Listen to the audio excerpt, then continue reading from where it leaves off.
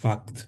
It is not just about the underlying properties of the language, but that all languages are even similar underlyingly. So that was the result of um, that enterprise, that all languages seem to be similar underlyingly, and everything we see on the surface that may be different, even the lexicon itself, they are just form of parameter that is going on. Different languages have different words for the same thing, right? So the way you call dog in English is different from the way you call it in other languages. So these are just parameters, really.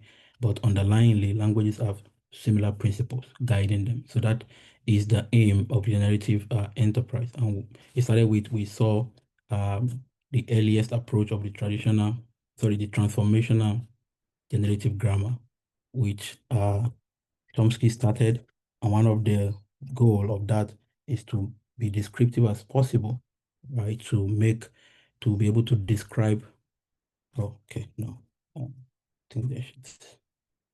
Okay, now we're back. So to be able to describe the language, the faculty of language itself, as much as possible, as explicit as possible, and that bettered the phrase structure rule. And the phrase structure rule, we saw that the aim is basically to make explicit in form of rules that now translate into trees, right? Structures, to be able to represent what is in the mental um, capacity of the speaker of a language, basically. And then we saw that the phrase structure rules and the tools in that era, like the transformation rules, instead of making the analysis of language simple, it seems we are even making it more complex, especially for the child, right? Because we want to be able to explain language acquisition, how child acquire language, and what are the again underlying principles, guiding language acquisition. So expecting a child to have the mental lexicon and also to be able to uh, know all the rules, the language, and not just the phrase structure rules alone, but also transformation rules. And apart from those two sets of rules, the child also, has to learn how to order those rules because those rules must be ordered. So all this, it makes it to, it looks cumbersome for the child. And so the next development is to look at how to even simplify further, to simplify further our explanation. And that is where we started looking at the explanatory power of generative approach. So that is towards the explanatory uh, adequacy, the level of adequacy. We want to be able to explain in detail, the underlying principles and not just describe based on rules, right? And that led to the principles and parameters that we started with in the last class that was on Wednesday. And we already looked at the X-bar theory, which basically replaced the phrase structure rules. And if you remember, we said it replaced it, but the underlying assumption why we needed these rules or even this phrase structure rule, the trees and everything, it's still maintained, right? And that is to basically represent what is in the mind. The only thing with the X-bar theory or X-bar principle is just to, again, try to simplify those rules instead of having different rules. Remember, we said that the phrase structure rule is redundant. Instead of having such redundancy, where whereas in the X-bar theory, we want to be able to tackle those redundancy and whatever is not needed should be out, right? But we're going to see that even X-bar theory also is redundant in itself. We're going to see that today, right? So yeah, that's just a brief recap of where we are at.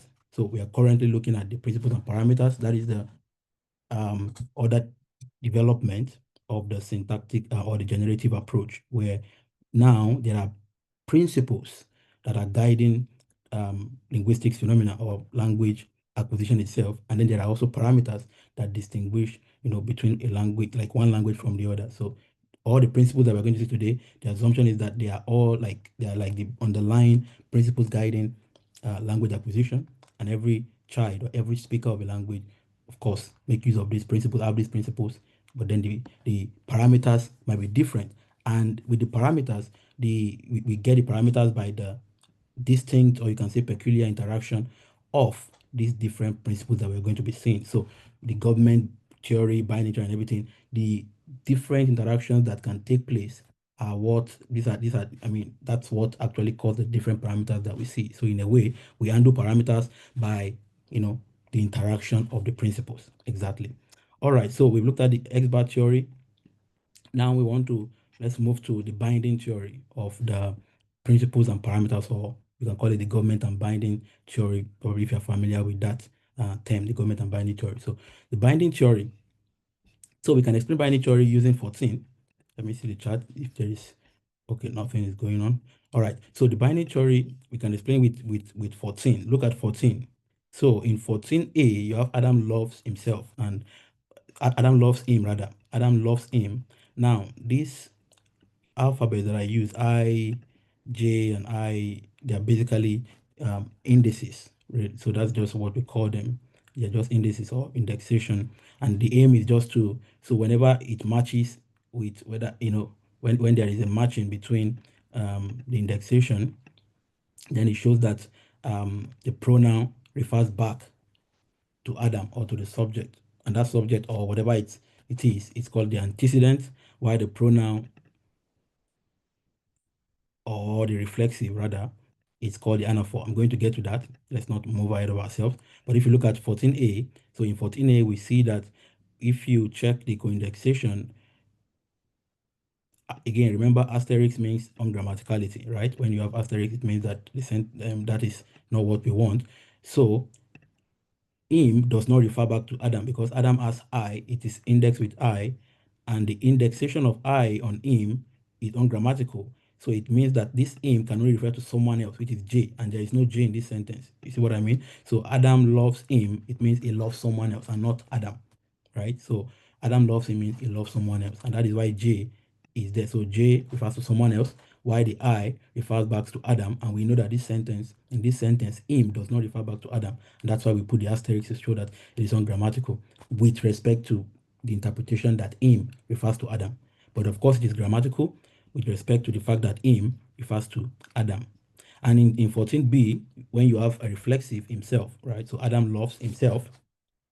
So what we have now is the other way around, right? So himself cannot refer to someone else. It has to refer back to Adam, right? So Adam loves himself, basically. And that is why now you see that the J is now ungrammatical. That is that J referring to someone else.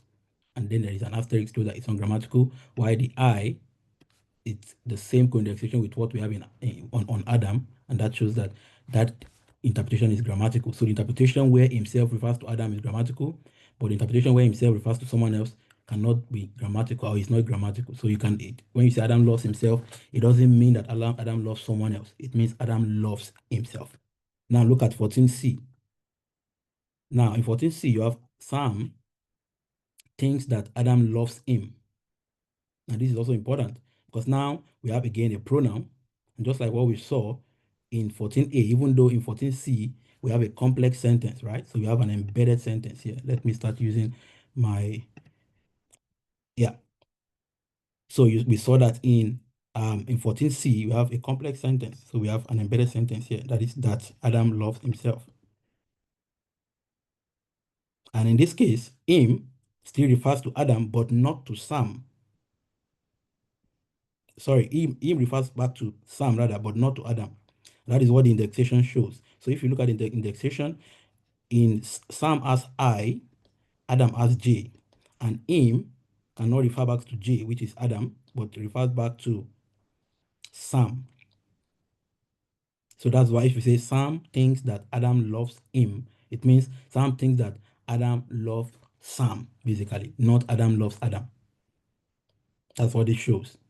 Now, all these properties, all this relation is under binding, and we're going to see that there are principles that actually guide this what is going on here. Now, let's look at 14d. In 14d, now we have himself again, just like we had himself in 14b. And in 14d, with himself here, it can only refer back to Adam now and not to Sam. Again, always check the indexation. So when himself is J, the interpretation with J, which is Adam, so Sam thinks that Adam loves himself. So Sam thinks that Adam loves Adam, basically himself. It is J, fine. But with I, that is Sam thinks that Adam loves Sam, it's ungrammatical. basically, when you have himself. You see that now.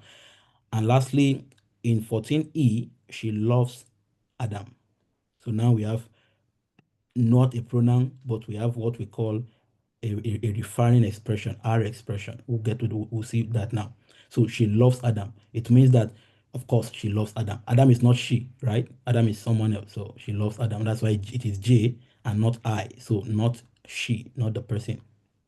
Okay, now all this, I want you to take note of the difference between 14a and 14c, and then compare 14b and 14d. Because if you look at 14a and 14c, it is very interesting, because what we see in 14a is that him cannot refer to Adam,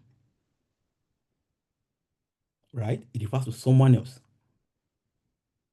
And in this case, the someone else is not in the sentence, because we just have a simple sentence here.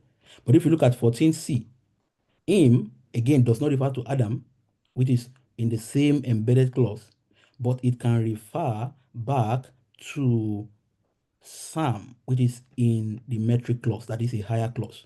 And that's why you see high, there is I, the index I on Sam, and the index I on him is grammatical, but not J. J is ungrammatical, which means him does not refer to Adam.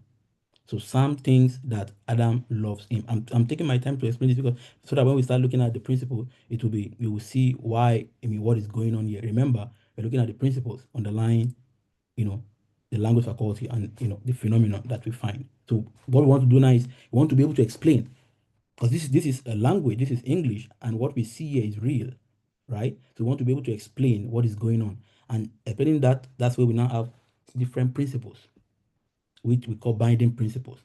So I'm going to put it this way, so that I will be able to see both the examples. I'll show the examples and then the principles, and we can go through it one after the other. So let's look at one after the other. Now, binding principles. So basically, there are three binding principles, and those principles, the aim is to explain all that we just saw in 14.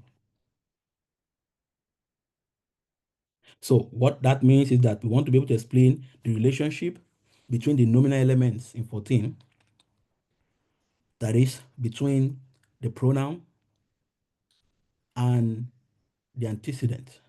The antecedent here is what these pronouns are referring back to, right? So we have the first principle, which is principle A. And what principle A does, or what principle A says, is that anaphors, which is, for example, reflexives, must be bound in, sorry, this is a mistake, must be bound in their local domain. Now, what is local domain? This is a complex term, but I just make it simple here. It's other than this, but for our sake, I think we don't need to go into those details. Let's just say a local domain is just a simple clause, basically, or you can call it a governing category.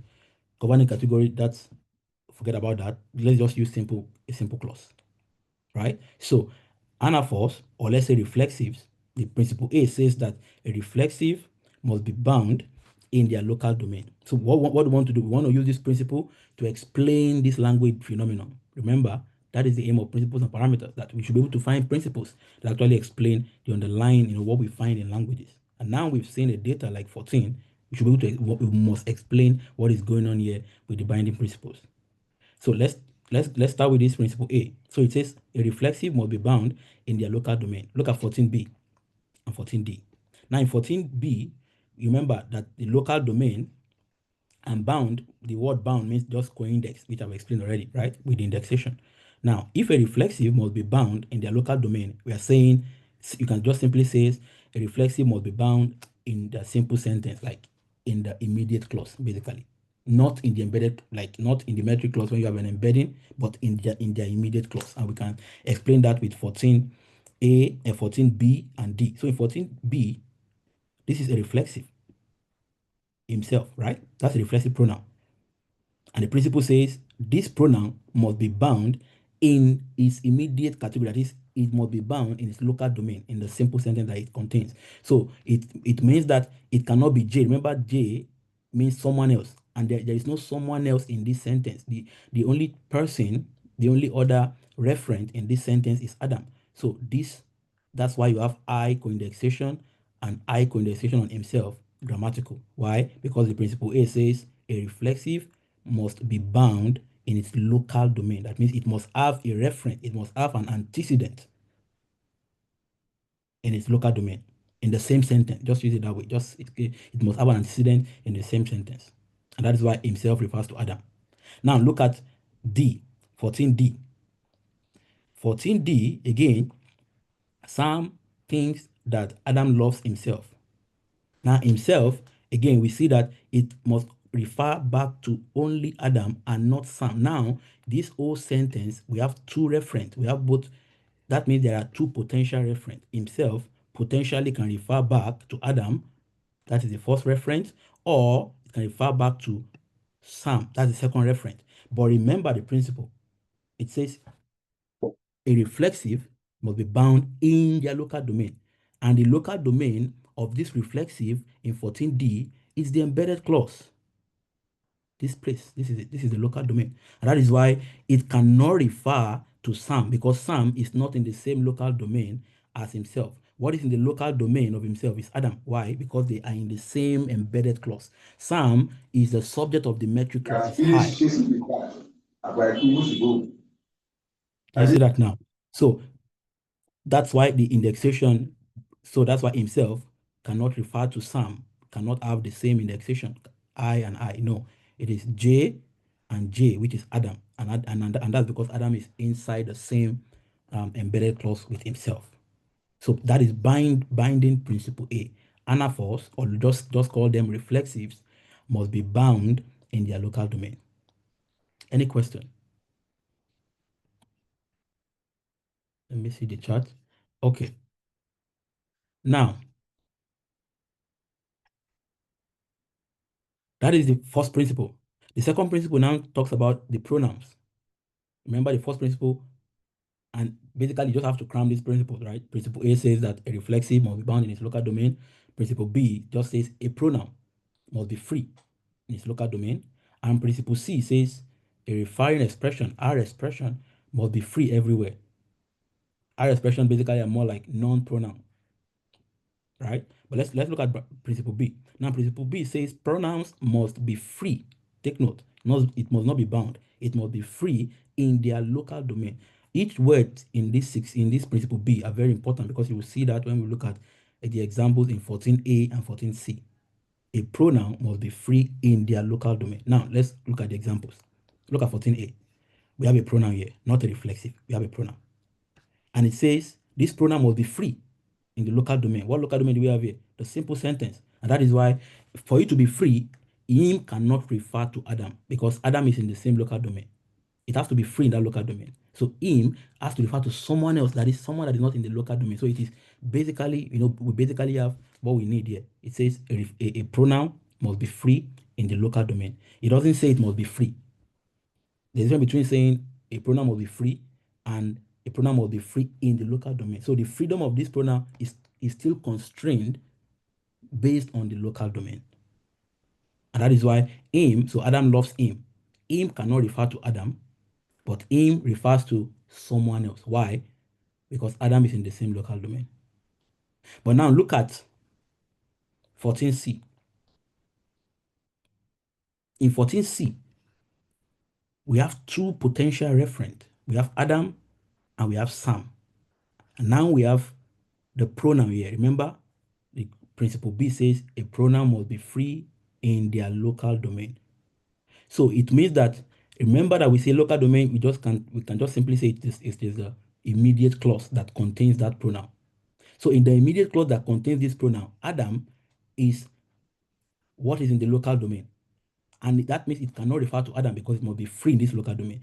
But the prediction of this principle B is that it should be able to refer to Sam, because Sam is not in the same local domain as the pronoun. Remember, a pronoun must be free in their local domain. And that is what we find in 14C. So Sam thinks that Adam loves him. So him refers back to Sam, but not to Adam. Why is that so? The principle says that is because him cannot refer to any referent in their immediate clause, that is in this embedded clause, but it is allowed to refer to anything outside that immediate clause. And that is why him can refer to Sam. You see the logic now. So again, we have a phenomenon in the language that we are explaining based on principles. Okay, let's look at the last one, which is a referring expression, R expression.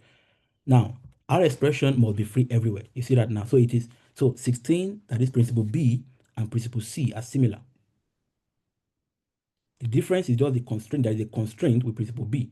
Both of them talks about freedom, but principle B says that freedom is constrained. It's like you are free to move around in the room. It's different from you are free to move around.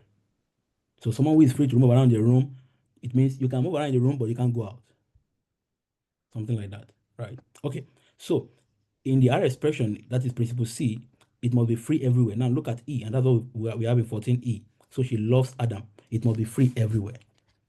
So she loves Adam. Adam cannot refer to she. Even if we have an embedded clause, which I should have included, it will still be the same. So if you say something like she thinks, or Sam thinks that John loves Adam, Adam will still refer to someone else and not Sam, not John, because remember, our expression are free everywhere. All right, so those are the three binding principles. And each time you notice that I always point these principles back to the underlying assumption, which is we want to explain the language faculty, we want to explain the linguistic phenomenon. And we've seen an interesting phenomenon in English in 14, and now we've been able to use principles to actually explain what is going on there. All right, any question with the binding principle before I move on? If you have, anytime you have a question, you can just raise your hand. I'll be able to see it. All right, let's continue. Let me see the chat. Can local domain be interpreted as referring the fact that anaphors and the antecedents must be? Yes. That's, yeah, classmate. Yeah. Exactly. So they're just classmates. All right. So to be able to understand, so another that is interesting with binding is the you can call it the tool in which we connect those two elements. Remember, we are connecting the pronoun to the antecedent, we are connecting the anaphor or the reflexive to that same antecedent, or we are connecting, or we are not even connecting the R expression with anything, basically. So, but we need a tool to be able to link these elements, and that is C command. So what C command, to be able to understand binding properly, the notion of C command was advanced, or we must understand what that means. I believe this is it's something that probably everyone here already knows, but I'll just go through it quickly, and then because it's going to be important in subsequent discussion. Look at C command. So a node, so C command means, remember, what C command does is linking. Basically, it tries to link two elements together when there is a relation between them. And how does that work? Because remember, our structure is hierarchical. Now we are doing principles and parameters, and we build our structure from the bottom top, right? It's hierarchical. It's not just, we're not just mixing things together. We have to build it hierarchically. And in doing that, we need, what is called C command. So what C command means is that a node A, C commands another node B, if and only if. So that is what this means. It just means if and only if either B is A sister, or A sister contains B. Don't worry, I'm going to use 19 to explain that. Now, what that means is that let's use Z and S. Let's call Z A. Please go ahead with your question. Mr. Abiodun, go ahead with your question. Thank you so much. Sorry, I was a little bit distracted when you were talking about binding. Okay. Where you make mention of anaphor there, you said that anaphor, the reflexive like himself, is an anaphor. It must refer back to an antecedent, isn't it? Yes. Yeah. So you said it must be bound in its GC. In the local domain, yes. Yeah, I'm kind of worried if that is possible in all cases where such reflexive will actually occur. Maybe it could be free in some examples. Because I'm thinking about one particular example where I'm finding it difficult to actually link the anaphor with a particular antecedent. So it seems to be free in that context. Can you give the example? Let me type it Oh, so that okay, everybody okay, can okay. see. So an example such as when you say, this is the picture of yourself, This is the picture. Let me type so of everybody can yourself. see it. Of yourself. So I saw yourself there as a reflexive, which is an anaphor. Okay. Mm-hmm. So and I find it difficult to like link it up with a particular antecedent. So I don't Mm-hmm. know what's Good. happening. I'm not a statistician anyway, but Yeah, yeah, I'm yeah. just Yeah, thank you. yeah, Now, thank you very much. So yeah. you notice that I said, let me go back to the principles. Now, take note of what I said here about the local domain. Remember, I said I just make it very simple. It is much more than in fact, this is the appropriate word to use, governing category. Usually people use this more. And this is um it's parameter, you can say it is parametric in a way. So depending on the language, right, it's parametric. Now, with your example here, yes, you have a reflexive, which is yourself, but if referring to the anaphor, the antecedent that is not in this sentence, it's like someone else. But basically, it's in the context. So we have this is like more or less like a contextual anaphor here. So there has to be a context. You see that now. So there has to be a context that it refers to. So the local domain here, even though I use a simple word by simple classmate like Dr. Basil said, or even simple clause like I give here, the local domain can also mean the contextual domain, like a context, pragmatics, basically.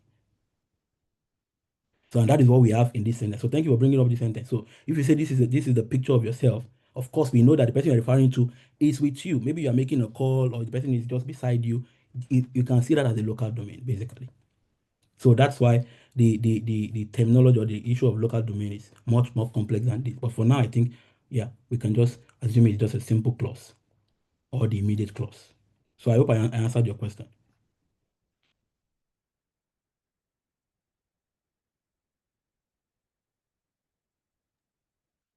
Is it clear? Syntax is Okay. interesting. You said? I said syntax is interesting in that regard.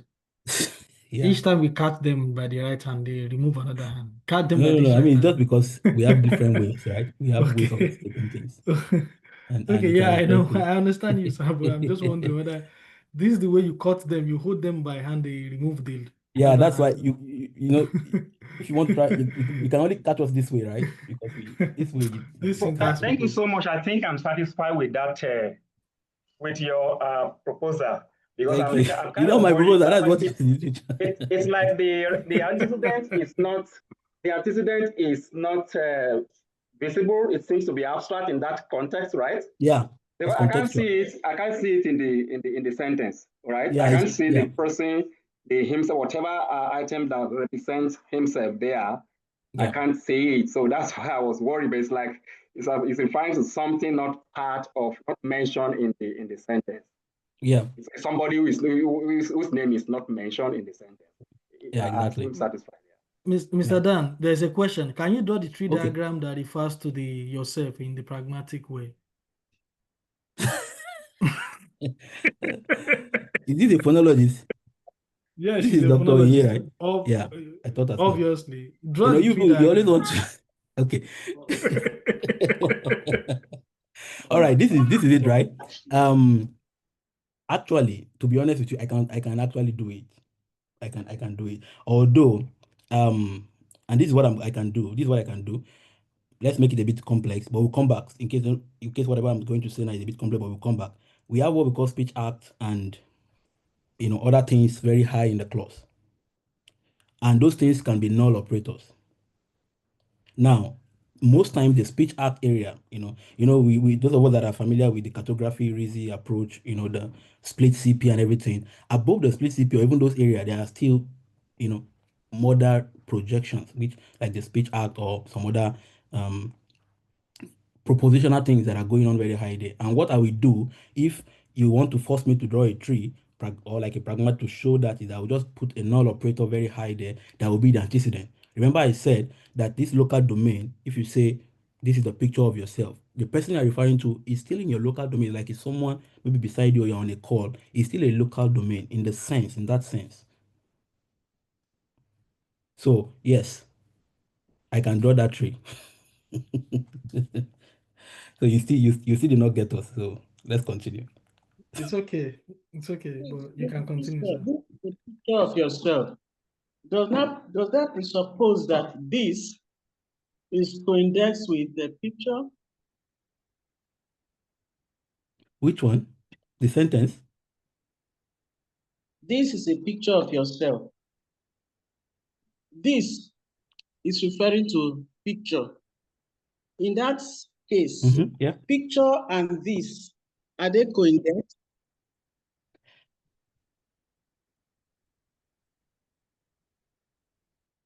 Yes, actually, yes, it's possible.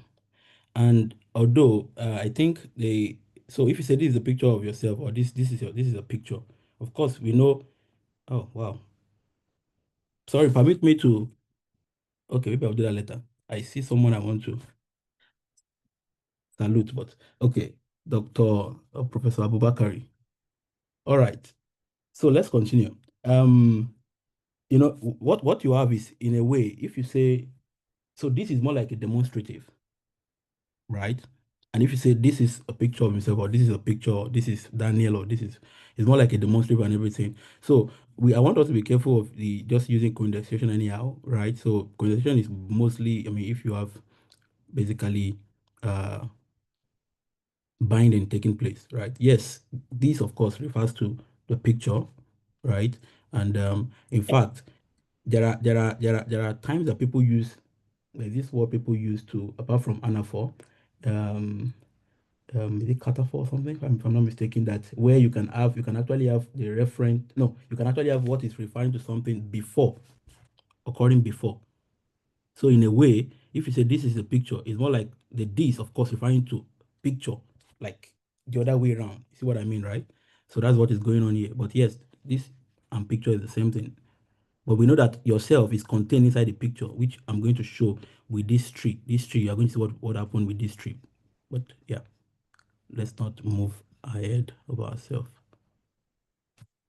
All right, can we continue now? All right, so I was trying to explain, but thank you very much for those questions, really, to explain the different C command relation, right? Like what C command is.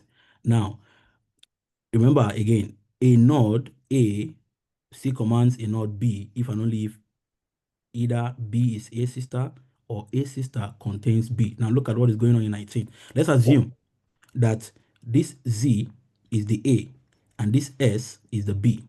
Now it means that A C commands B or Z C commands S if and only if S is a sister to Z. And that is what is going on here, right? So S is a sister node because how do we know how do we define sisterhood? They share the same mother, which is T, right? So S is a sister to Z. So it means Z can see command S and also the other way around. So S can also see command Z. That is the first condition. So it means B is A sister. So basically B, which is S, is A sister. Or A sister contains B. What does that mean? Now, the sister of A, that is the sister of Z, which is S, actually contains what must be C commanded. So now, in this case, R or W. So R or W can be B in this case now, depending on whatever operation you are trying to do.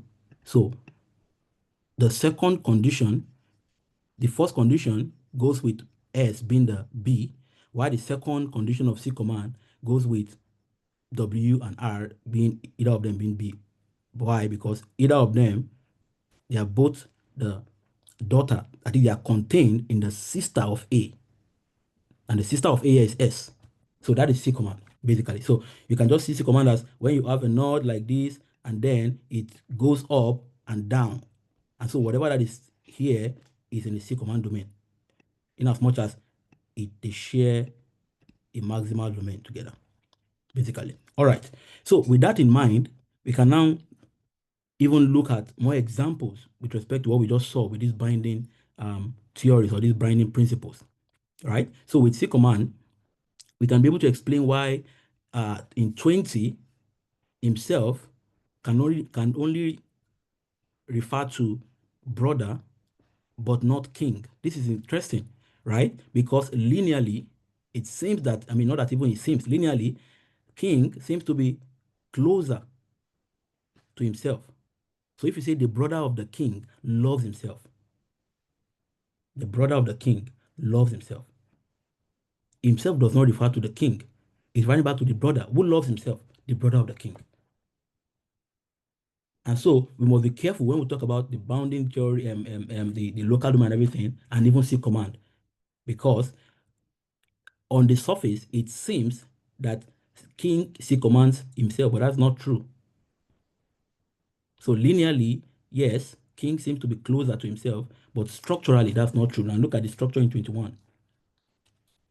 Okay, please go ahead with your question, Mr. Jiboye. Yeah, I was actually waiting for when you will start a tree diagram with IP. Now you started the maximal projection with S previously. Yeah, You didn't explain to us how you transited into IP. yeah. I'm sorry about that. But what to do the X bar? Yeah. Okay. So the question is how we transited from the S to IP, right? Basically. So yeah, sorry I didn't do that because if I try to bring the different motivation for that, it will take time. That's why. But I can quickly just say one or two things, right? So yes, you are right. The other class we've looked at, we've been looking at S, but then and even the IP that I use here is, I mean, right now people use more of TP. That's another thing that we also touch, hopefully. But with IP, that's just inflectional phrase. And why the inflectional phrase is because if you look at the phrase structure, when we have the S, like, right, S allows different it allows different kind of structures where you can have not just binary, but you can also have ternary, and in fact, the way S is, or the way the phrase structure rule is, you can have many things going on. So you can have something like S where it has, there is no limit to whatever you can even mean. Just like you can just have your sentence like this, right? So the subject, let's say the auxiliary, the verb, maybe you have the object, and then you have the adjunct, like the adverb, like this, like so, right? Now, uh, now with the IP, so it's noticed that sentences are actually headed by inflections, or by, like, as a tense, or even certain inflections. Because we know that in English, for example, there are different inflections that actually interact. So sentence is not just, is not, I mean, it's made up of different interactions. So, and let me give you an instance. If you have different auxiliaries, like if you say something like, the boy might have gotten the money.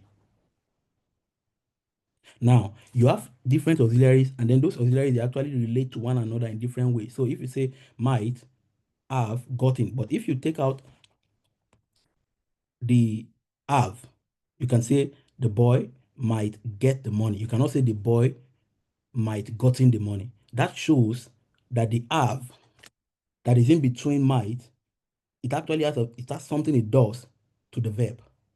So all this actually makes, motivate that we need to be able to, that sentence structure, or that high position, it's not as simple as it is. So this S must be disambiguated, or must be like there are different things within it. So you have different inflections. The auxiliary is there, the perfective, the tense, different, the term, basically aspect, the modals, different things are there that can actually co-occur together. And each of them, they have what they are like, they relate to the next one. And that is why you can say the boy might have eaten the food, and not the boy might have ate the boy might eating the food. So those are just probably some a little motivation for why you can now we now need IP, like an inflection phrase. So we are saying that there are actually inflections, on the sentence spine. And so we moved from S to IP. That is one. And also the fact that we are now dealing with X-bar theory. Remember our structure in the X-bar theory, this one. This simple structure in the X-bar theory says whatever phrase, I remember I said that whatever thing you call phrase is not just about phrase as in the technical sense of, having a phrase which is not a sentence, but in this case, phrase is just any constituent, basically. Anything that is like a constituent, even a sentence is a phrase. And with this kind of structure, we must be able to, give explanation for every projection that we have and a different interaction that occurs with this different projection. In fact, I think, let me not just spend time here because I have a section that we are going to look at. Oh, is it here? No, not here. Okay, that we are going to, you can look at the other handout that is today, the handout that's supposed to be for today. I have a section there where you looked at the merge, binary and everything, and how sentence is being built. Okay. So, right, yeah, I wanted to explain why. So remember again, don't forget the C command. Now I wanted to explain 20. So the brother of the king loves himself, right? Whereby even though king is linearly adjacent or closer on the surface now to himself, but himself does not refer to king. It instead refers back to the brother. And we can explain this due to C command. Again, remember what we're trying to do is explanatory adequacy. We want to explain every phenomenon that we see in the language. So the fact that we have a phenomenon like this, we should be able to explain it, and C command helps us to do that with binding. Now look at what is going on. The brother of the king loves himself. Look at this tree. Now, king is deeply embedded in this NP. Now, remember what C command says. C command says that A, let's call this A now, right? It says A, C commands B, and this is our B here now, right? Because we are looking at himself. Let's assume this is B. It says C commands B if A and B are sisters. That is, if B is A sister, that is one way. That first condition is not met because this NP is not the sister to this NP. This NP is rather the sister to this guy. So the first condition is not met. Let's take the second option. Maybe that would work. Or if A sister contains B. Now, this is A again.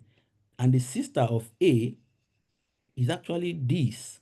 And it doesn't contain himself. Again, both conditions are not met. So B is neither A sister nor is B a daughter of A sister. Those conditions are not met. And so that is why king or himself cannot refer to king, even though it is linearly adjacent. But when you look at the structure, hierarchical structure, we now see why that is the case. Because in the hierarchy, this NP is actually closer to this IP. Now, let's explain why brother is the one that actually refers to, like himself refers to brother. Now, in this case, what do we have? We have brother here. Now, brother is A. But remember that both here we have, this is just, you can call it adjunction.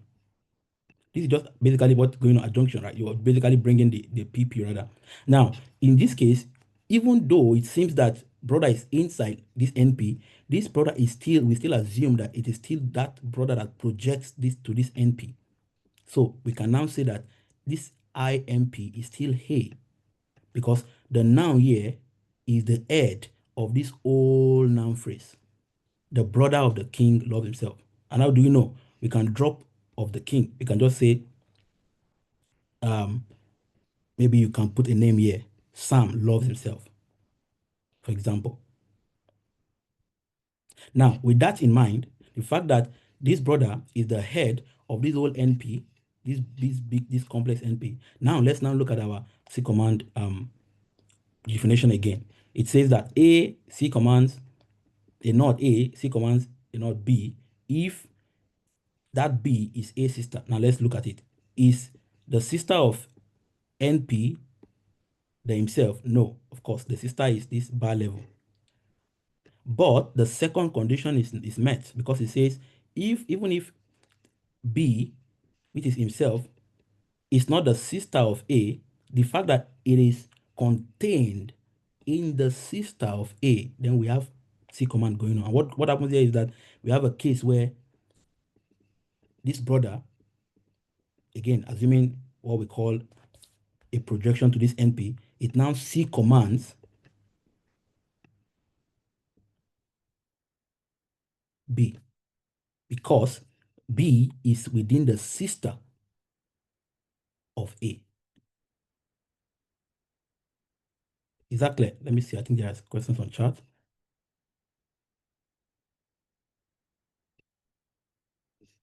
Okay. Yeah, PP is a propositional phrase. Yeah, thank you.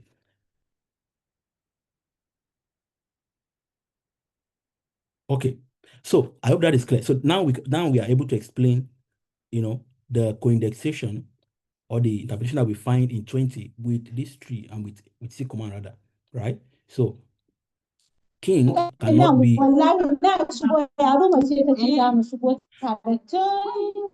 So king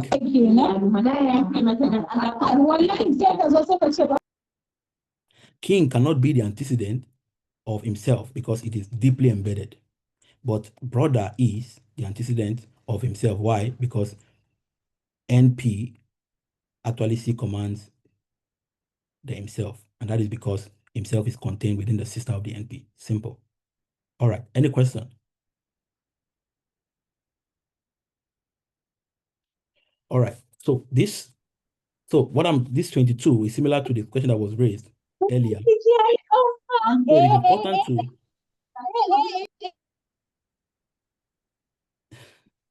it is important to note that things are not, as easy as we just, saw it with respect to binding principle. Because for instance, if you look at 22, we actually see an unexpected pattern with respect to binding principle B in 22. Look at 22A. Remember the binding principle B, which says pronoun must be free in their local domain. Now we have a pronoun in 22A that is not free in its local domain. It actually must bind what is in the local. Remember, now we say again, let's assume local domain is just the simple or the embedded clause here, like the immediate clause, the clause mate. So the knowledge that Adam might fail bothered him. Definitely him here refers to Adam. The knowledge that Adam might fail bothered him. It bothered Adam, basically. The knowledge that Adam might fail bothered Adam. So we see the conjugation I and I,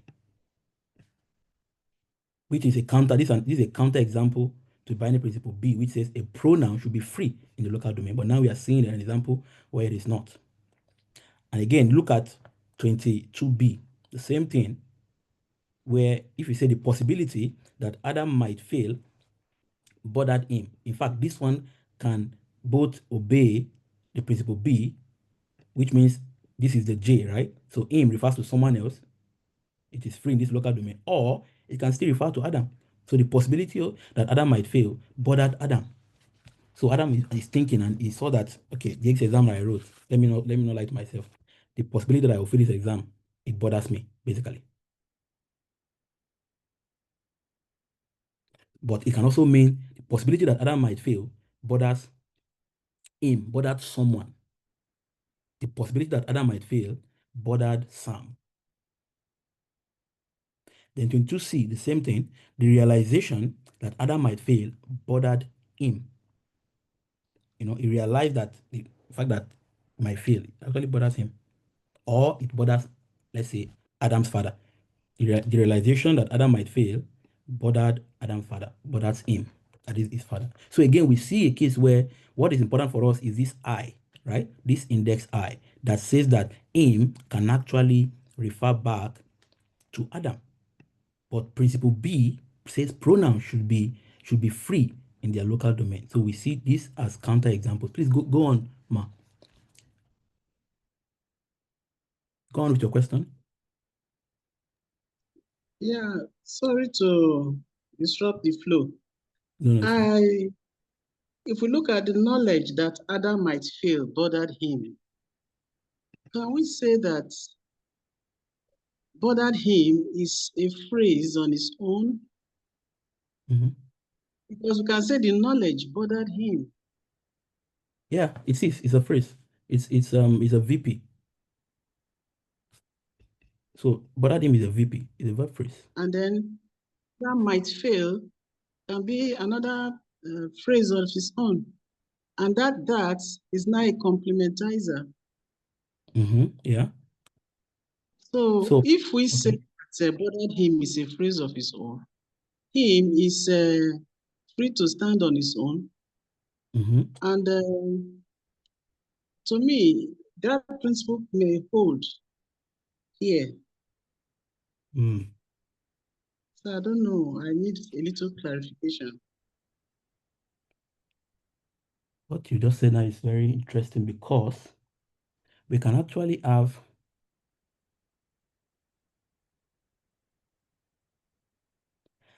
yeah. That's interesting. Now, this is it. What this structure, let's forget about the knowledge, of course. Let's look at this embedded clause. What we have here, it's more like how will I put it now? That if you say that Adam might fail, bothered him. Remember we spoke about we had the last week about island and every time we saw sentential sentential what's it called? Sentential subject, right? But in this case, so you can actually, if you leave out, you can say the knowledge, a specific knowledge bothered him, the knowledge of something bothered him, knowledge that Adam might fail bothered him, or you can even say that Adam might fail bothered him or bothered Sam or some, right? Now, but what we have here is still a case where we still have, so we still assume that this is still a clause, this one. No matter how we have it, it's still a clause. And again, we'll still assume that it's still in the same local domain. Of course, this can be a complex subject, but we still assume that it's still a subject in this clause. Because what you actually have, so if you want to what's it called, break this structure, so you have, so for example, if you say the knowledge bothered him or bothers Adam, what knowledge that Adam might fail, the possibility that Adam might fail bothered him. Again, you have a complex. Actually, this is an interesting thing I think we can look at, because what we have here now is more like let me see. We have a case where you actually have a complex noun phrase. So because the complex noun phrase now is the knowledge that Adam might fail, and then you have bothered him. So I think you're right. So it's worth looking at more. So I took this example from a literature, which I believe probably they didn't look at that, that area. So yes, you are right. So it's actually more complex than the surface. I agree. So because now I am just saying it that it's actually a case where the knowledge that Adam might fail, it's on its own, even like a complex numbers already. The knowledge that Adam might fail, bothered him. Yeah. Hi, Daniel. Please. Doesn't it have to do with the island Is that sensitivity? peace? Yes, it's peace. Okay, go ahead, please. This 22. Which I of them? think it has to do, any of them, I think it has to do with the island sensitivity of the complex NP and the rest. If you bring the issue with that is if you bring island, with island, your prediction would be that there should not be co-indexation because this Adam is inside the complex noun phrase, which is the knowledge that Adam failed. Okay. You get what my point, right? So the knowledge that Adam failed will be a complex noun phrase. And remember, island says you cannot have movement or even any, again, that is debatable. You can't have an operation coming into the island, right? But we have a case here where him is actually referring to Adam, which is inside an island. You see my point? Yeah. Yes. So So it's I think it's something we need to really look at. It's very interesting. I didn't even notice that before. Very interesting. Okay. Really. All right. Someone is raising hand. Doc, please go ahead. Yeah, sorry. I'm just like want us to consider the definition of that principle B that captures this hymn. Yeah. Can we think about that so that we can know what is actually going on in 22? What does the principle B says? That the pronoun is free. Yeah. So I want us to define what is the local domain of pronoun within this construction. We say pronouns must be free in their local domain. So can we couch the local domain of this pronoun him within this construction and see probably that particular thing goes beyond its domain. That is why it's not free. I don't know the domain. How do you define the domain of this him within this construction so that we'll know the reason why it's free or the reason why it's not just free in that context? Thank you. Good. So the local domain of this pronoun in this case would actually, now that we've seen it clearly, would actually be this whole clause, because what we have is a case where you have a complex noun phrase as the subject, that is the knowledge that Adam might fail, as the subject, and then the verb is bordered, and then him is the object. So you have subject, verb, object, basically, right? And in that case, we would say that you have Adam, or everything that is here, the knowledge that Adam might fail, is actually in the local domain with him. That would be the assumption, right? Because it's in the same sentence. Although, if we consider what we just look at with C command, then that again raise the question of, how would that be possible? Because right now, what you would have is that Adam would be deeply embedded inside this complex noun phrase. And the prediction would be that because it is deeply embedded, just like what we have here, let's use this structure. This is so it will be actually Adam will be deeply embedded inside this, as in the way we have King deeply embedded in this NP, but it is still, so it is now co-indexing with himself. And I think with that, then I believe we are able to actually answer what is going on in this 22, because that follows the principle B. Because the principle B says it has to be free in a local domain, and the local domain basically is the, again, I don't want to go into detail, right? Let's just say the simple clause or the immediate clause that himself is within it, right? That is just one, but remember that all this relation also goes with C command. So whatever principle A, B, C that you are looking at, C command plays a role. And if we bring in C command here, then the prediction should be that Adam should not be able to, refer, or him should not be able to refer to Adam, because now Adam will be deeply embedded, just like King was here, where him would be, outside. I wish I can draw. There's no. This will be slow, but yeah, you would have something that looks like. Let's just see something that looks like this. Let That's a me just question. use. Go ahead, please. Let me just use this and then.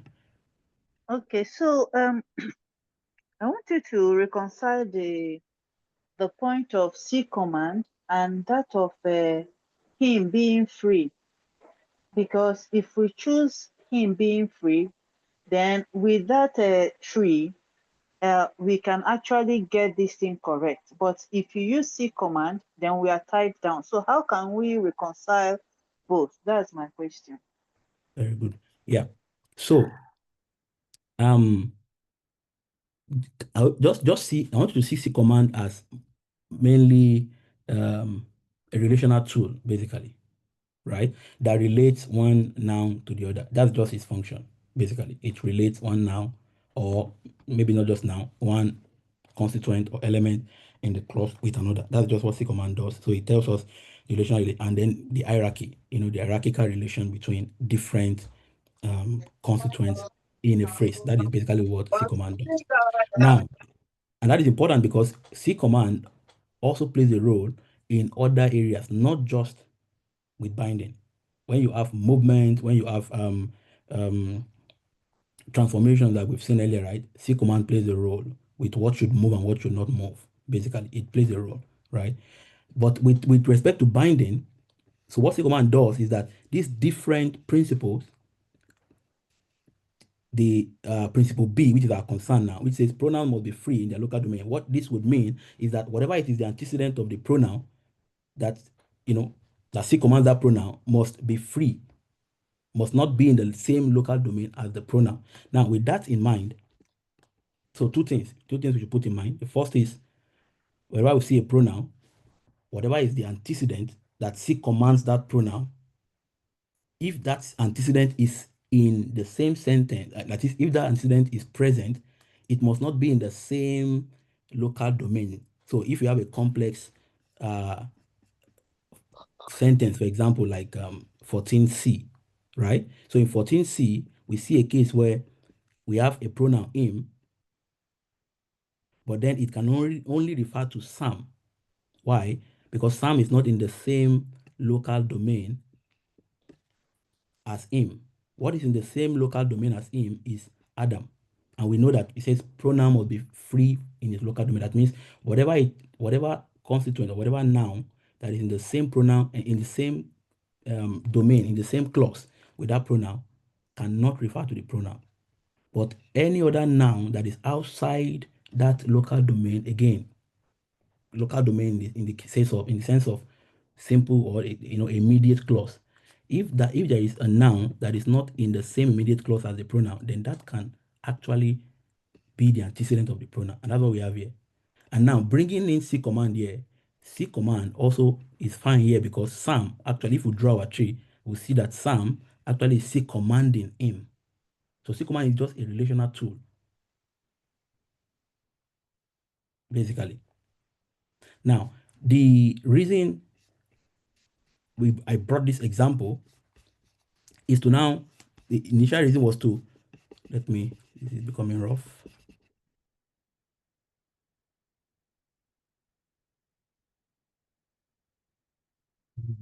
Okay. This is better. So the initial reason was to show that, okay, even though we say that pronoun should be free in its local domain, now we have a case where this pronoun actually refers to Adam. So we have the knowledge that Adam might feel bothered him. And in this case, the him is not bothered someone else, but it bothers Adam. And we assume that Adam is in the same local domain as him because they are in the same. This is not so. Whatever complex thing that you see here, that is the knowledge that Adam might fail, everything will be within this NP. Everything will be here.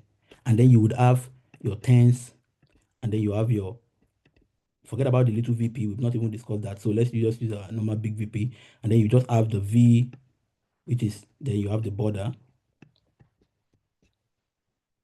and then you have the noun phrase.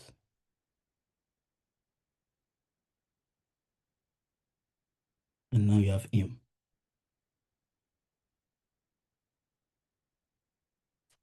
So the knowledge that Adam might fail would be here. Everything will be here under this NP. And then border,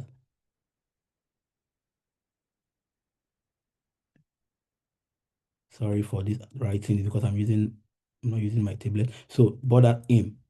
Now, based on the simple definition of local domain, again, it can mean different things, but let's assume it's just a simple sentence or like the same clause. Of course, we know that this TP or IP, whatever I want to call it, is one clause. And now we are having him, even though Adam is deeply embedded in this. Of course, this also raises problem with C command itself. Because where Adam would be inside this NP, it can't C command him. So there is many problem with this. C command also falls into problem here because Adam would actually be embedded inside this whole NP. The knowledge that Adam failed, Adam will be embedded in this NP, but yet we are still saying that it is the antecedent of him. I mean, semantically, that is true, but syntax runs into different problem because now we need to be able to explain why Adam, even though it is the antecedent to him, as in what we have in 22a, why is it not C commanding him? And why is it also violating the principle B? Because principle B says that him should be free locally. And now we have a local domain, which is just the immediate clause here, the TP. So those are two problems. Now, not just even one. C command problem and binding principle B problem. And that is why there have been many what's it called, explanation to this. People have different explanation to it.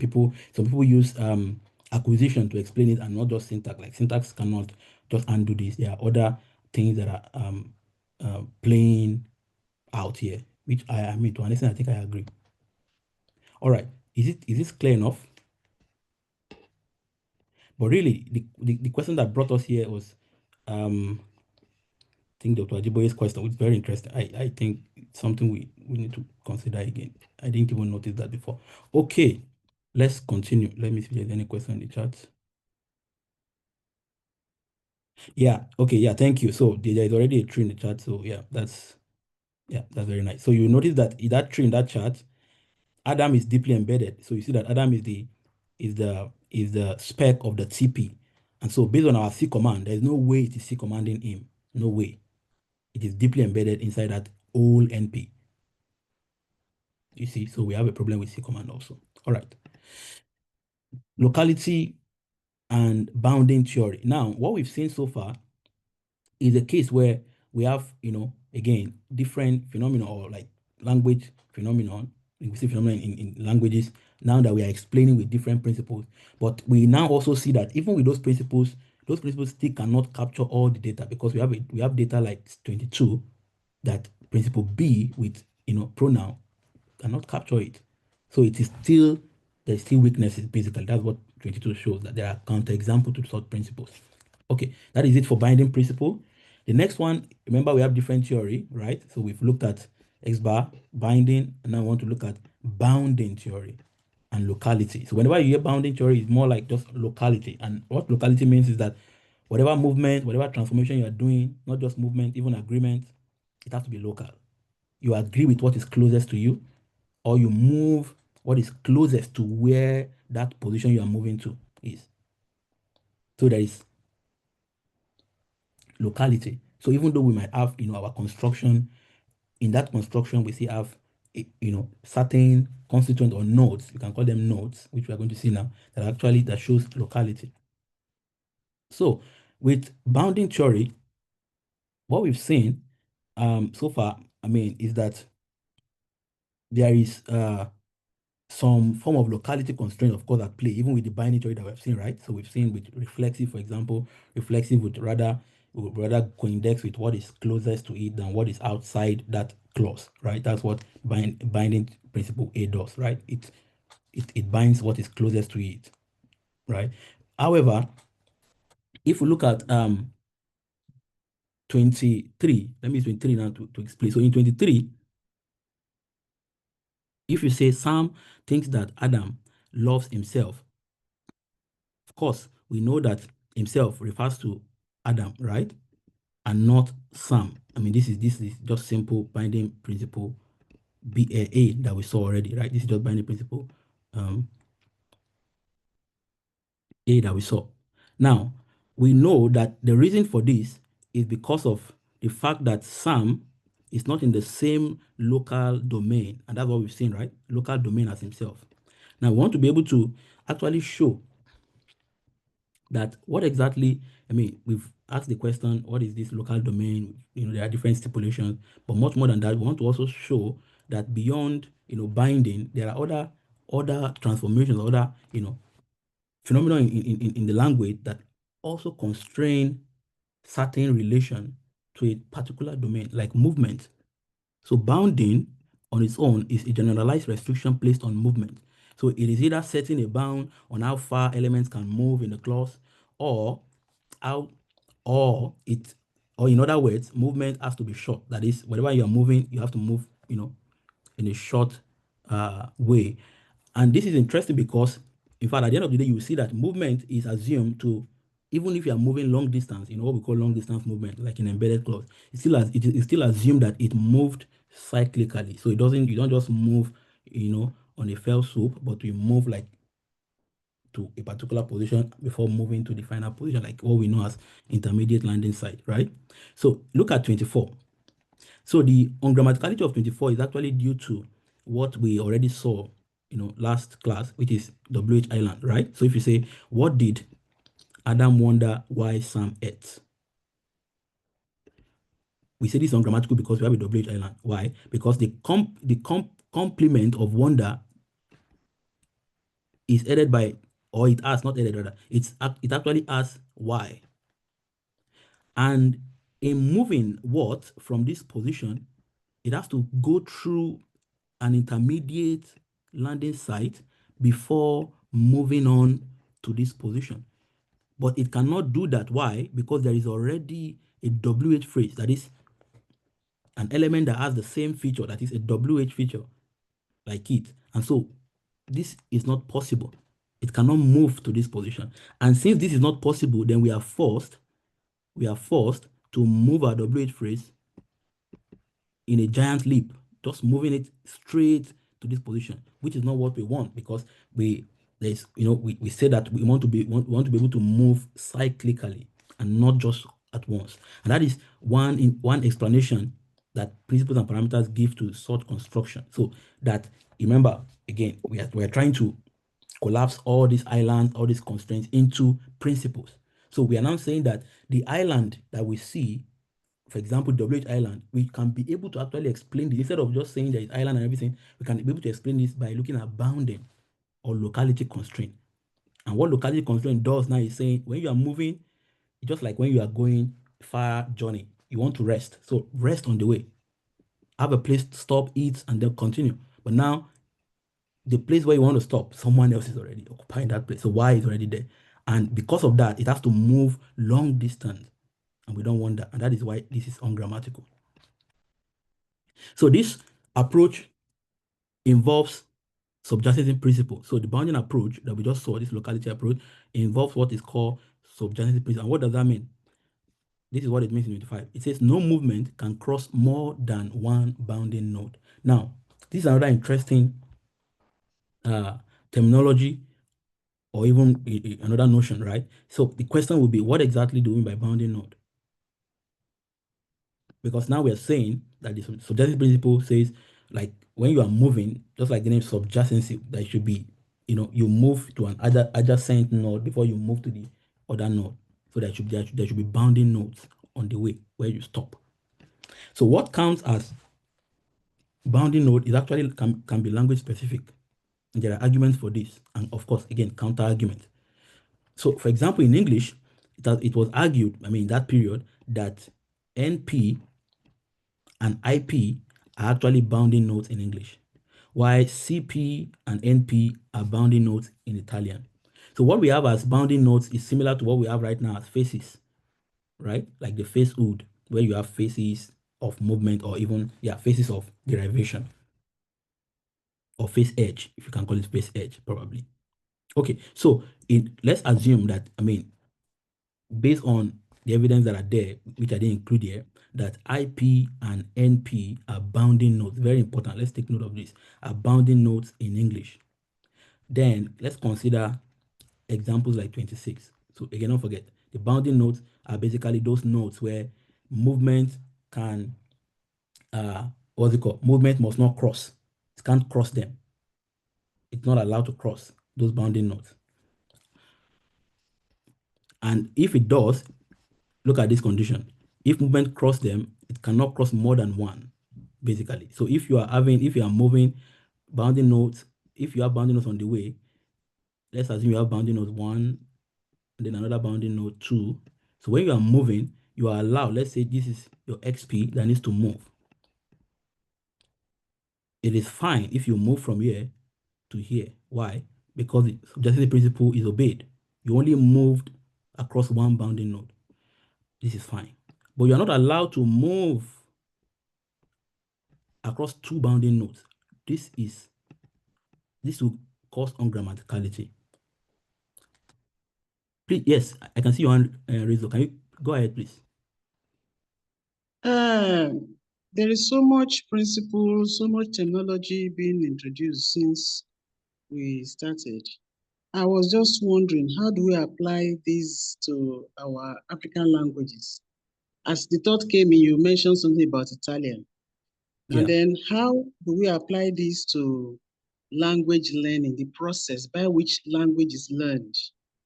yes, we can say as theoreticians, as academics, we can explain what is going on. Yeah. Now, how do we use to explain how language is applied? How do we apply these principles to language acquisition, or how to explain how language is acquired or how language is learned? I don't know. I was just wondering Yeah. because Yeah.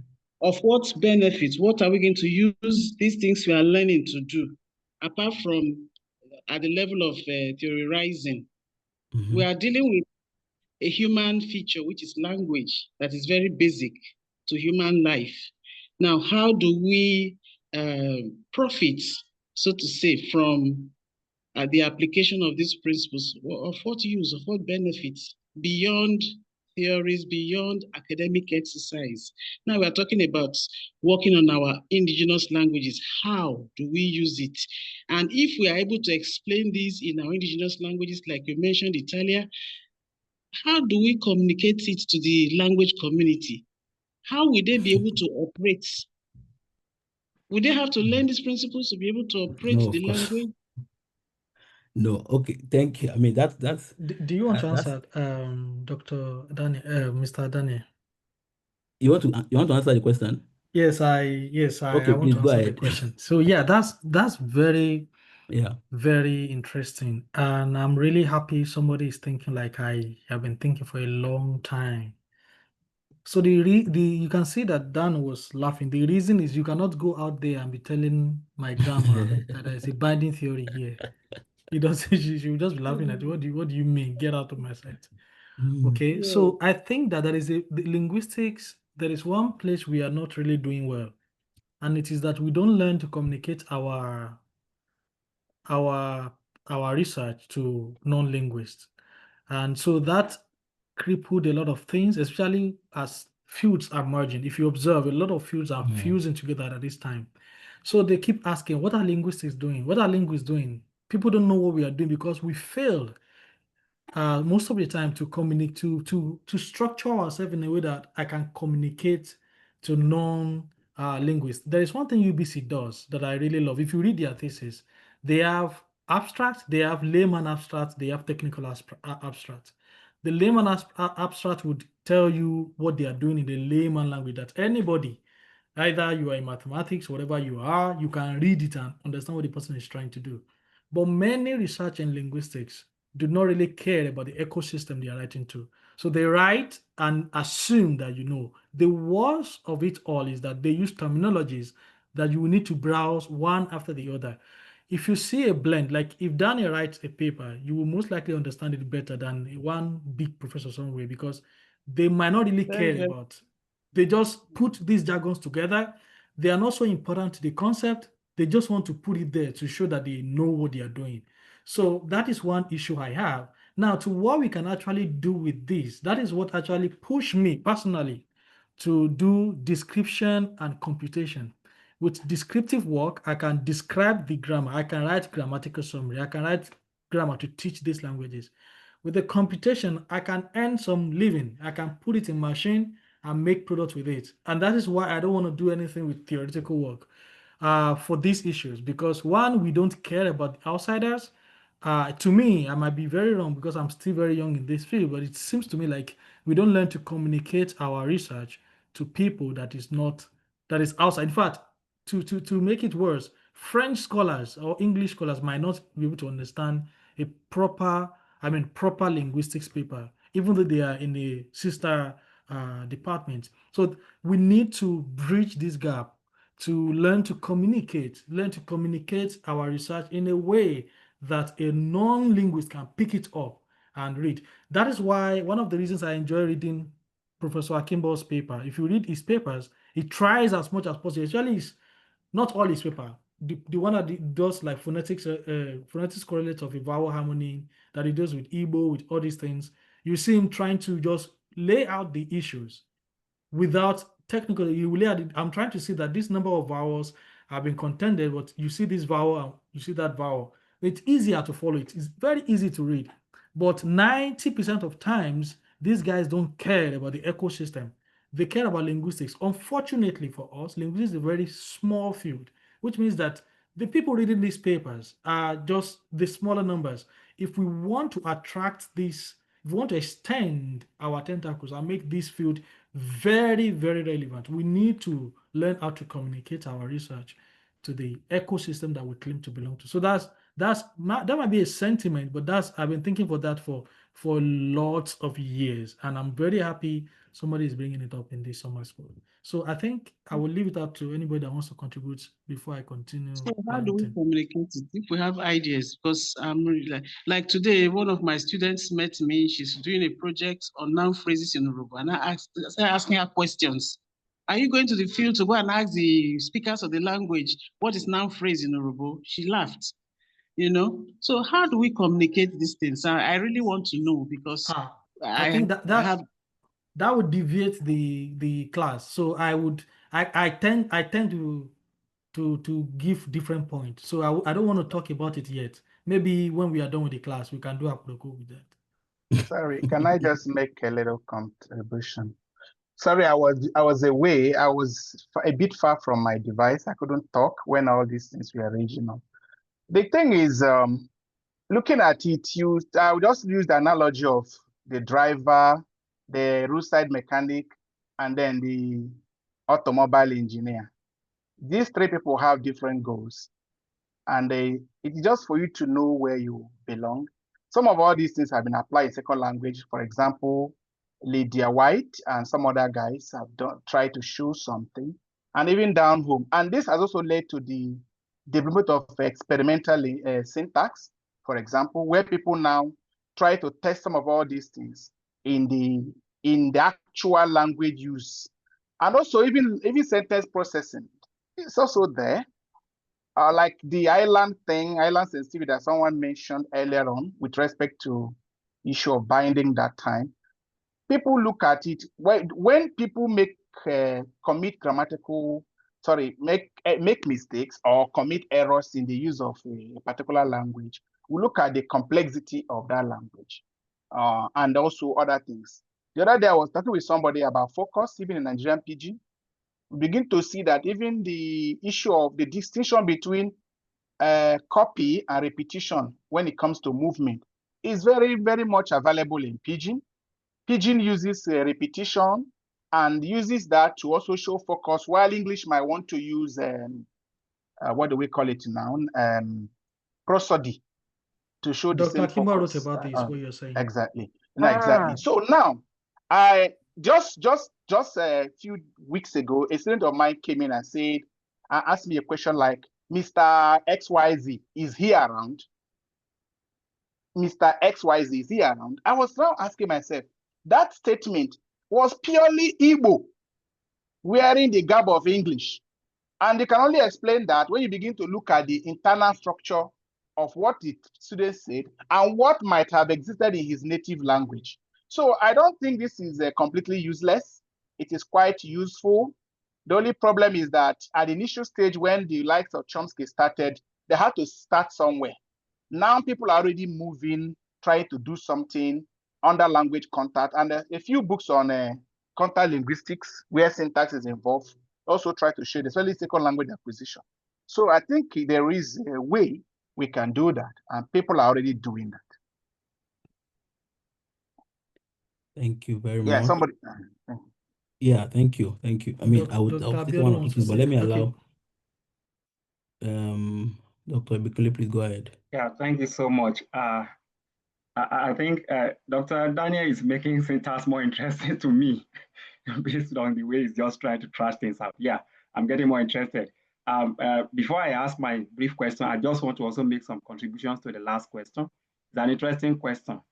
In most cases, like I said during the phonology class, it's very difficult for us to go to the field and ask the speakers, do you have assimilation? Do you have deletion in your language? They will just laugh at us because these are jargon that belongs to us. They don't know anything about that. Okay, so but like she's so worried. Sometimes the speakers might want to know what we're actually looking for. I remember when I was serving in Makurdi, I was collecting the data on TIFF language, and I was asking them, what do you mean by what hot water? They said ngeri matin, hot food, kwaya, ten. So I was getting a kind of morpheme between a noun and the word 10 there is just hot. So if I have a noun, I will get either ma or u between that noun and the word that starts for 10. So I now ask you, and now I ask them, if you say ngeri ma 10, can't you also say ngeri u10? They said, no, you can't say ngeri u10. I said, why? They couldn't tell me the reason. Okay, I said, as a linguist, I'm going to find out why you want to use u in that point rather than ma. I don't speak the language before. So I went ahead, I gathered a lot of data. So I divided the data into two, those ones where you will use ma, those ones where you will use u. So eventually I was looking towards that, almost 3 weeks, I couldn't get the answer, but at the 4th week, because I use phonology, phonetic, maybe the sounds around will determine whether you should use ma or na, or u. I go to morphology, maybe the morpheme will determine ma. I couldn't get until I just go back to semantics. And now realize that all those ones that will use ma, they are liquid. And all those ones that will use u, they are solid. So I went back to them. I went to the principal of the school and I told him, this is what I found out, that whenever you are talking about something liquid, then you will use ma. And when you are talking about something solid, in fact, I got an award before I left that place because of that discovery. And the native guy couldn't even tell us. They don't know, they just tell you that they can pass the judgment of grammaticality or otherwise. They will tell you it's grammatical, they know that. If you ask a native guy of English that what did Adam wonder why, they will tell you it's not grammatical, but they can't explain what you are explaining. They don't know these jargons that we are saying, align, country, subjacency, or bounding. They don't know anything about that. Okay, so I think it's good if you could pass those information across so that they will understand better. So I don't know, maybe I should just have my brief question as well. Yes. I have a question. Yes, go ahead, please. So it has to do with this. I hope the organizers will give me more time because you people have taken part. We are so sorry. It's because the class is. But it's very interesting, really. It's very. In fact, we can maybe, Mr. Sam. I think the last day where you have the section on that last section you are taking. Maybe you can allow us to express ourselves. Yeah, we can be there for 5 hours, right? Yes, because I know there is a lot people want to say. So, but please help me. Let me just feel my. Okay, go ahead.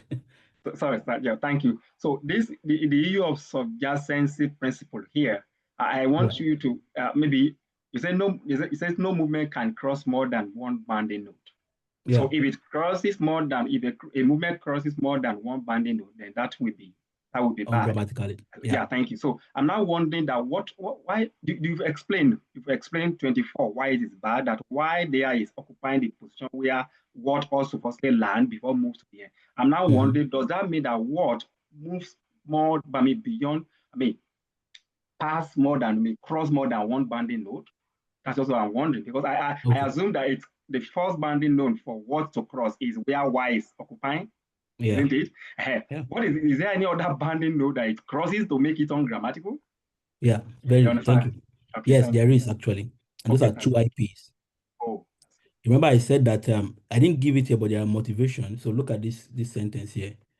So if you read Video Cook, so yeah, there are motivations for why IP and NP are bounding nodes in English, and then CP and NP are bounding nodes in Italian. So let's assume we are right. Like, of course, there is again motivation. Now let's take IP or even NP rather. Let's take NP. Now you'll see that there will be two NPs here. So you would have one NP here for Sam, and then, or even, no, not even NP rather, sorry, IP. There's one IP here that is with this embedded clause or this clause here. There's another IP here. So it crosses two bounding node. Exactly. So look at okay, don't worry. Let me use 26 to explain that. 26A and B. Now in 26A, if you say it seems to be likely to leave. Now this sentence is grammatical. Sentence is grammatical. And why is it grammatical? Because remember our movement is short, right? It moves, and when it moves from here, of course, it lands in this position. And when it lands in this position, at that point it crossed just this one bounding node. But then again, it moved from here to this position. And again, it crossed another bounding node, but not two. It didn't move straight, like it didn't move at once. If it moved at once, that means it crossed two bounding nodes. Remember, it's based on the movement. So the first movement cross just one bounding node IP because it has to stop here, and then it's and that, I mean, there are of course argument that shows that, and then it moves secondly. But in 26b, this is ungrammatical. If you say it seems that it is likely to leave. Now, why is this ungrammatical? Remember that this position is already filled with this expletive. And so when E is moving, it has nowhere to land. It has to just continue moving. And then because of that, it has crossed first bounding node, second bounding node, and it's ungrammatical. But in this case, there is nothing here. It's an empty position. So no expletive. And so it can land here. And when it lands here, it has only crossed one. And then when it moves again, it has crossed another one. So not two. It crossed, based on each step. So that's why we call it bounding. So, and locality rather. So the movement is local, right? Okay. And so that is, so again, 26A and 26B, just to show that IP is a bounding node. And when you cross more than one of it, that's an explanation for why B is ungrammatical. Now, one thing I want to quickly point out is we must not forget that all these principles, they are just, remember, we are looking at towards explanatory adequacy. Just is there for explanation. So we want to be able to explain the data or the phenomenon. All these things in this language, these are, for example, 26A is a grammatical sentence in the language. So our work is to be able to explain. I mean, I share all your sentiments about what do we do and everything, right? Like I said, we have time to discuss that because there are many facets, like many, areas you need to look at. If you want to be very strict based on one area, you will, to be honest, you will miss the other areas. So for example, if you want to be purely theoretical and then you don't care about any other area, you will miss many other areas. And if you want to be applied, you will also miss many other areas. I mean, look at the example Dr. Bikini just gave now about when you collect data, there are things that you already know why it is that case. The speakers don't know, but you know. Why do you know? Or how do you know? It's because you learn, I mean, you are open to, you were open to, or you were taught, or like you know, you read somewhere, or basically you have the knowledge of what is going on where, and you can even be able to explain to the speakers what is going on, right? So that's the same thing we are doing here. So the principle is just to explain the language, and we'll be mistaken. I mean, not just linguistics, many other fields too, physics, chemistry, many other fields. When you pick their paper, it will be difficult to understand. But the aim is usually to explain certain phenomena. But it is now left for us as linguists to be able to explain to a layman, even though we need the technical part to be able to know what is going on where. Because if, for example, we don't know what island are, if we begin to collect data and we are trying to do some things in language, we won't be able to appreciate the beauty of the language. Is that the truth? We'll just end up collecting stories, which are very important. But what do we do with them? We write dictionaries, we do many things, but we can't really say what is going on where. So we must be balanced. Very important. Now look at 27. So, however, the ungrammaticality of examples such as 27 can only be accounted for by assuming that both NP and IP are they constitute bounding nodes in this case, right? Because if you look at 27, if you say, who did he hear the rumor that she murdered?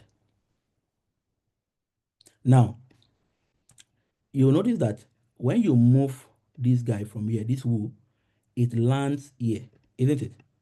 When it lands here, this is just one bounding node, so no problem. And then when it moves from here, let's say to this position, this should also be fine because now we also have one bounding node, like one IP.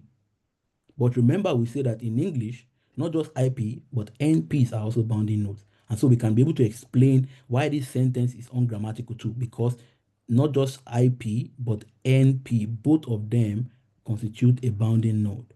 So it crosses one and two. So it doesn't necessarily need to be the same IP.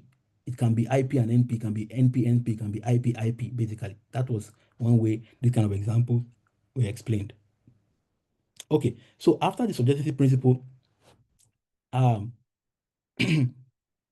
mean, with this bounding node, the only basically what subjectivity principle brought to the table of the bounding nodes, that there are different nodes that constitute bounding, and this is parametric, so it is based on languages. So it means Yoruba can have its own bounding node, and the question is, how do we know? We test. We use different some of these sentences to check, and that will help us to know which, or which is the bounding node and which ones are not bounding nodes. But there is actually there was a development from subjacency principle to what is called barriers. And it's also interesting. Again, we're introducing the new terminology. All these were under government and binary theory, or principles and parameters, right? So with barriers, what barriers does is that it shows that so there are other elements such as essential subject constraint which cannot be accounted for by subjacency. Look at 8. So in 8, remember, subjacency says that you cannot cross more than one bounding node. But now in 28, we have just one bounding node, and the prediction that subjacency principle gives is that this should be grammatical because you only cross one bounding node. So now look at let's start from the beginning. So who was that you met unexpectedly or unexpected? Now who originates from this position, and then it has an intermediate step, right? So it crosses just one, so no problem, not two, just one. And then again, it starts again and moves to the spec CP. Again, it crosses just one. And remember, in English, CP is not a bounding node. So if CP were to be bounding, I would have said IP and CP, but CP is not. IP and NP are the bounding nodes. So the prediction based on subjacency was that 28 should be grammatical because it only crossed one bounding node, but we still have 28 as a non-grammatical sentence. Basically the sentence would be that you met Adam was unexpected, basically. That you met Adam was unexpected, and then you are trying to front we're trying to front Adam, who was that you met unexpected.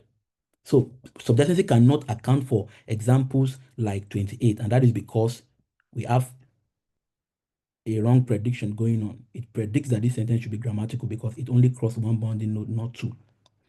And that's one of the motivation for barriers. So we are moving on from we are saying, okay, subjacency, you thank you, you've done your part, but you can't. There are actually counterexamples basically, and we need a more sophisticated principle or tool to be able to account for. Remember, the aim is to account for all the properties, all the conditions. So, subjacency predicts the grammaticality of both examples in 29 as well, right? So, if you look at 29a, who did you draw a picture of? Subjacency predicts that this should be ungrammatical because now we have this guy crossing two bounding nodes. It's crossing IP, which is a bounding node in English, and also it's crossing NP, which is also another bounding node. So the prediction is that this should be ungrammatical, contrary to fact. But the fact is, it is actually grammatical. If you say, who did you draw a picture of? That is fine. So again, we have the converse, like the opposite now of what we saw in 28. In 28, the prediction is that 28 should be grammatical, but it is ungrammatical based on subjacency. And in 29a, the prediction is that 29a should be ungrammatical because we are crossing two bounding nodes, but it is grammatical. So we can see that subjacency is actually, it doesn't account for, there are counter examples, basically. And in 29b, now, similar thing, and what we have in 29b basically is a case where it follows from subjacency, but not 29a. So who did a picture of fall off the wall? So we have movement from here, and it crosses two bounding nodes. This follows from subjacency, but 29a does not. So we have counterexamples of the principle. And so I'll just move fast and I won't go through all this. So basically, those are some of the motivations or like counterexamples that prompted the use of barriers now, that we can actually upgrade subjacency to have what we call barriers. And what does that mean? Now, what barriers does is that we can now have it is not we should not just have specific nodes and just exempt them and say, okay, IP, you are a bounding node. NP, you are a bounding node. We don't want to do that because by doing that, we've seen counter examples. So barrier is saying that it is not about classifying certain nodes as bounding node. It's actually about looking at the structure. And then there are certain things we need to check in that structure. It's more like a specific, so structure by structure we check, and then we should be able to see. So based on the relationship, when it blocks movement, then that should be a barrier. So it's like what we're trying to do is we're trying to make it simple that we don't need to classify certain nodes as barriers. Any node that does not allow them to cross is just a barrier. Simple. So it's more like we make it more general instead of constraining it to certain nodes. So what that means is that so let's look at what Chomsky called, let me see. Yeah. So he called this L marking. So L marking, what L marking means is that lexical marking, and in the sense that complements are selected by a lexical head, which is not the case with subject and adjuncts. And okay, let me see. I don't have example here. Okay, I can still explain. So what this shows is that so any node that does not that is not L marked can constitute as, you can call it bounding node, or you can say it can constitute island, or can constitute a node that does not allow movement. Any node that is not L marked, which means that if you have a node that is L marked, and L marking is just lexical marking, or what we know as government. So if you have a verb that takes a complement like an object, we know that that verb is governing the object, is a governor of the object because it selects it. But as for subject, because of the position where subject is, we find a case where it has no governor. And this is, let me say this right. This is interesting because we see, and not just in many African languages. I don't know if you have it in your language, where you see subject object asymmetry with respect to whether movement, resumption, all these things have been explained based on government. Like, so for example, in Yoruba, for example, if you have like subject movement, subject focus, you have a resumptive pronoun, right? But if you have object movement or focus, no resumptive pronoun. So you see this asymmetry between subject object, and people have used different terminologies to explain it. One of it is that in the object position in Yoruba, the verb is the governor, so it can govern the trace. There's something they call an empty category principle. I won't go into that, but what it does is that there is a trace when you move an object. There is a trace there that can be governed, or that is governed by the object, by the verb. But when you move a subject, there is no governor that governs the subject, and so usually you can just rely on resumption, more like a last repair strategy. That's one way. I mean, I know there are countless, many ways of explaining that, but that's one way to show that okay, you have resumption as a repair strategy, and the likes. But the problem with that is that with this kind of barriers, or even L marking, L marking certain category, is that really, like, how do we really, I mean, when you talk about governor, why is just the V? Why is V the governor, probably not T, not even a C? Because we can assume that C is also a governor. So that also is problematic by saying you have L marking, that is you L marked a certain constituent, and when you can L mark it, then it is not a bounding node. But if you cannot L mark it like a subject, then it constitutes a bounding node. Okay, so that is another problem with barriers. And the recent one, I mean, not recent, but people still talk about this a lot, is the relativized minimality. And probably I'm going to, I don't know, end somewhere here. So relativized minimality is like, this is very, in fact, this is one I prefer than the other ones, because what this does is that, I mean, this is by Rizzi. It basically says, okay, barriers, you are complex, subjacency, you are complex, island, whatever, you are all complex. We can make this very simple. And what we can do is that we can just relativize movement. That is, movement is based on it's based on whatever that is closest and that has the feature that you want to move, basically. Now, what do we mean?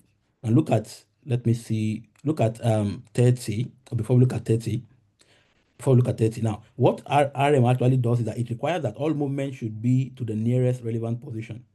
And where nearest is determined by what is actually moving. So it means when you are moving a head, you have to move it to a head position. When you are moving, a bar movement means just assume it as a non-argument or a focus, for example. So when you're moving a focus, okay, let's still call it a bar. When you're moving an a bar, you move it to an a bar position, a non-argument. When you're moving an argument, that is a movement, you move it to another argument position. We can use 30 to explain. Look at 30. So if you have 30A, could he have been the boy? Sorry, could he have seen the boy? Now, what 30A shows is that you have an head movement going on here. So you move could from the head of the IP. And when it moves, it has to move to the head of the CP. Remember that relativized minimality says any movement that whatever you are moving, it must move to the same kind of category. So it's like head to head movement, phrase to phrase movement, A bar to A bar movement. So you cannot, it's like, for example, you cannot, let me see how I can explain. So you cannot move, I'm looking for a layman where to use. Okay, let's still use the head movement, I think. So you cannot move head to another position. You cannot cross another head without stopping.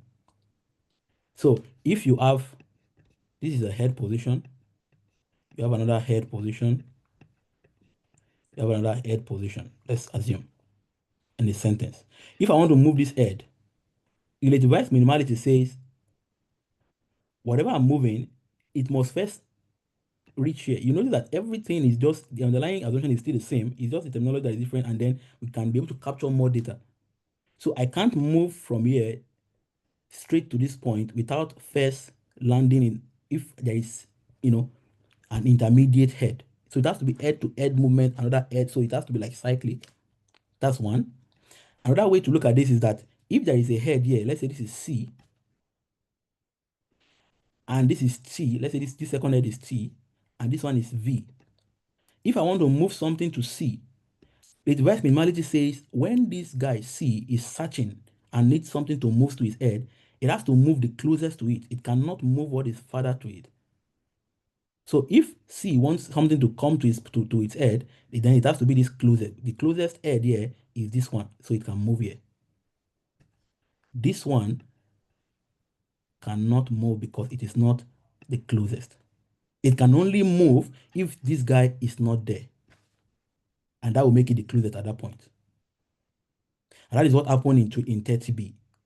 So in 30B, what we see is ungrammatical. It's ungrammatical because if you say have he could seen the boy, why is it ungrammatical? It's because we are trying to move the auxiliary from this position to this position while there is a closer head here. This is a closer head. Could is in the head of the I, the high P.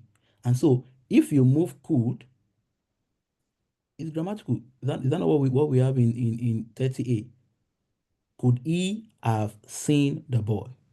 But not have he could seen the boy. Why? Because what we just did in 30B is that we forsook this closest head, and then we went for the farther head, which is against relativized minimality. So it means the relativized minimality says you move what is closest to the position you are that is to be occupied.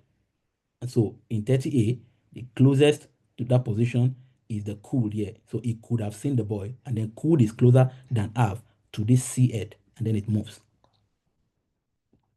But in this case, have is moving across another head to the third head, and which is not what we want.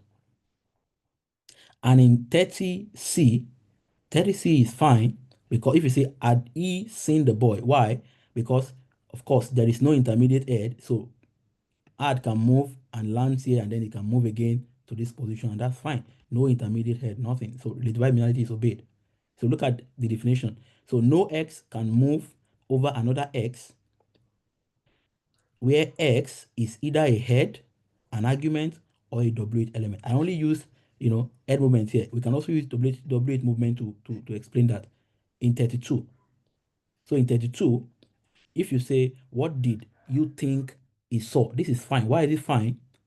Because even though what originates from this position, there is no other WH phrase that is in any other position. So it can move. So it moves and then it lands here, and it can land here because, of course, this is an intermediate step and no WH here. And then again, it can still go further and land in this position, and we are good. But 32B, yes, is ungrammatical. Why? Because there is already a WH phrase here. So if you say, what did you ask where he saw?